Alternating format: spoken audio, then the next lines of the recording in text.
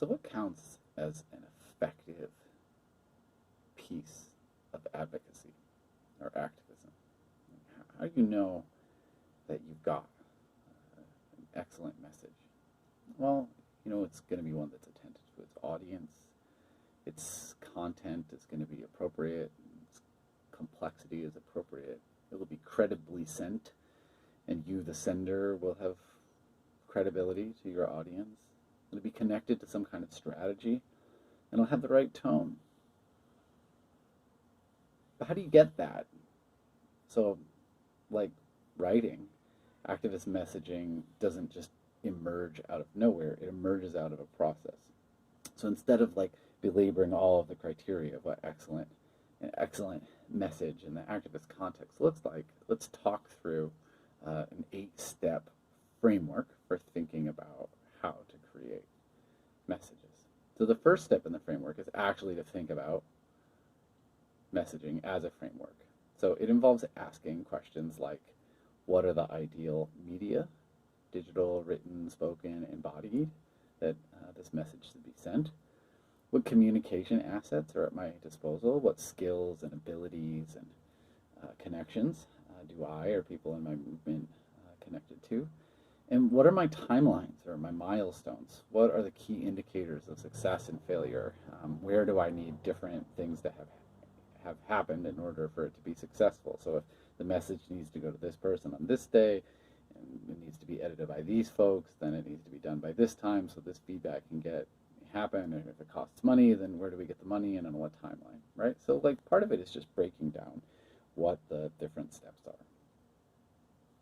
2, analyze the social situation. So there's this fancy term called exigence, which just means call.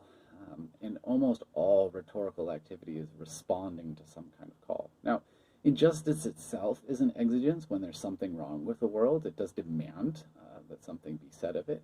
But it's important to recognize that opportunities, challenges, and invitations that exist in a particular moment, given a particular social issue. What here can be said? What must be said? What are the kind of discursive landmines, or where are the common touchstones for my listeners in this moment? Speaking of listeners, that's step 3. So you've got an audience, the people who are going to be consuming this message, reading this tweet, using the training manual, participating in the protest, whatever, right? Think about your audience. Think about who they are. Empathize with them. Imagine their perspectives and try to connect with them. And this can be done sort of in an imaginative way, where you just think about your audience members. But it can be done in a thorough way, where you talk to potential audience members of people who are like your audience members. One of the great errors of many persuaders is that they assume that what persuades them will also persuade other people. And there's this great paradox that in order to engage someone, even if my goal is to have you believe a thing that I believe, I sometimes have to argue in ways that aren't persuasive or even despicable to me. It's not the way that I think about it, but might be the way that somebody else does. So you've got your timeline, your framework, your messaging framework, and you've got your analysis of the overall social situation, and you've started thinking about your audience. So then you turn to your goal. What can I accomplish in this time, in this space, with these people? What here is possible? So your goals could be perceptual, maybe having your audience have a virtual experience, or altering their perception of a particular issue, or adjusting an interpretive frame, something that they think one way, maybe they could see differently. Another goal is explaining. Maybe it's technical explanation, or maybe it's more philosophical, offering justification for one thing or another. Maybe the goal is conceptual. There's some belief that you want to formulate in words, or there's something that you want to persuade. Or maybe it's pragmatic. You want people to engage in a particular activity, initiate or maintain an action. So you've got your goal. Now you can move on to things that are worth saying, or if you prefer the Latin inventio. This is the process of invention. And actually, a lot of people skip this step. They just say all of the things that are in their head with respect to the particular issue. And that can work sometimes.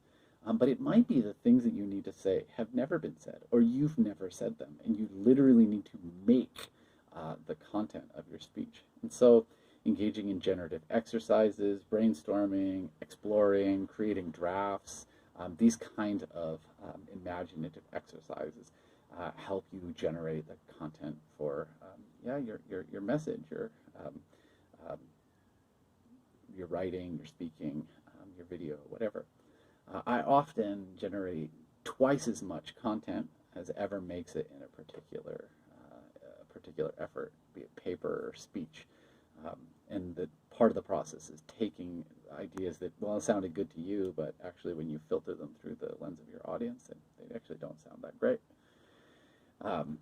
Now this fifth step and the sixth step actually happen hand in hand. So while you're imagining things that are worth saying and generating content, it's also valuable to be doing research.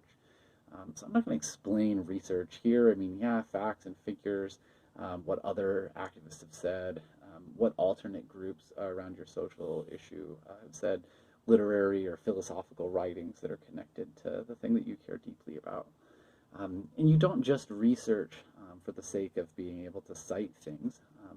You also research to inform your sense of what is possible and what is worth saying. And so this step of imaginative research, I think of one as the kind of like what is kind of inside me and growing up and out, and what is outside of me and can I draw down. So once you have this, a big set of all of these different ideas that you could use, the next step is to organize, or the rhetorical scholars in Latin call it arrangement or disposito. Anyway, you can arrange ideas in various ways that make them more effective. So you can make them more impactful or engaging. You can make them more memorable by the way that you lay things out. And you can organize them so that they're clearer or more mysterious as you're navigating between how clear or mysterious your concept should be. And it's easy to kind of skip the organizing step. People think, well, here are the things that I want to say, so I say them.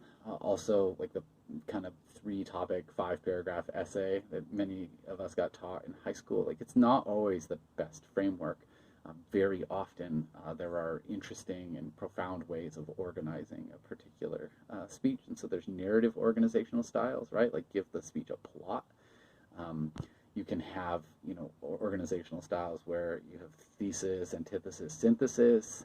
You can go one direction and then take a hard turn and end up somewhere else. You can journey through an idea with your audience. So there's lots of different organizational strategies.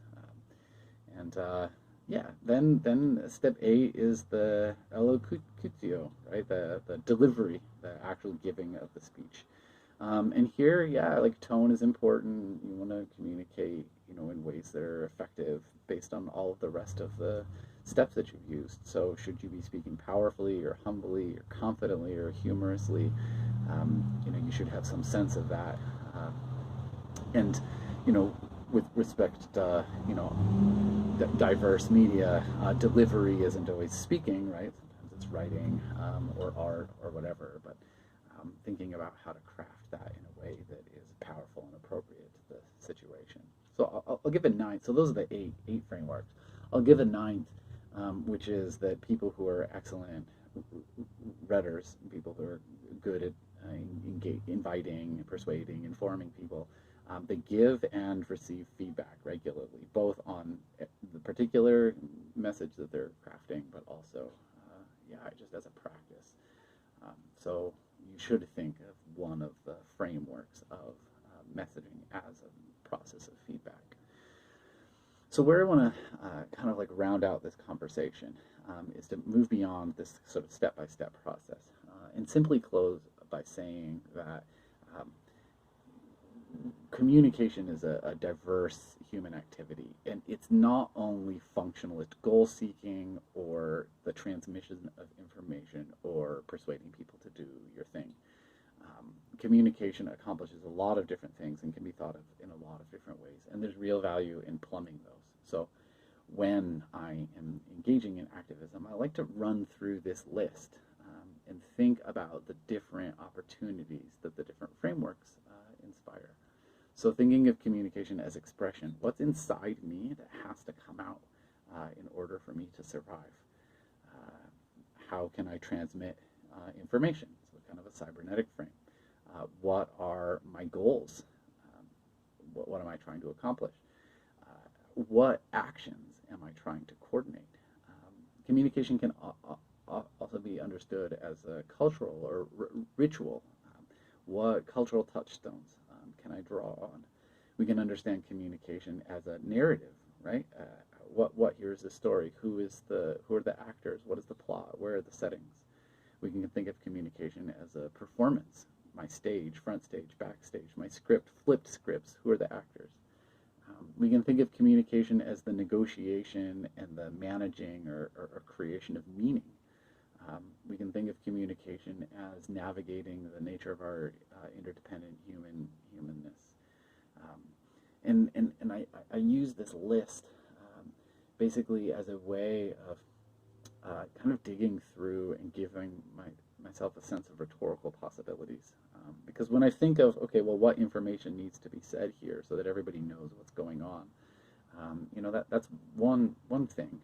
But then when I alter that and say, okay, what's the performance? What are the expected performances? What are the expected scripts? Where is the stage? It's just it evokes a different frame. And I find that it allows me to be more creative and more nimble and more responsive to all of the things that I've mentioned up until this point. More attentive to audience. I'm more able to respond to that exigence, more able to generate ideas, more able to organize them in compelling, profound, and effective ways. And that is messaging in the active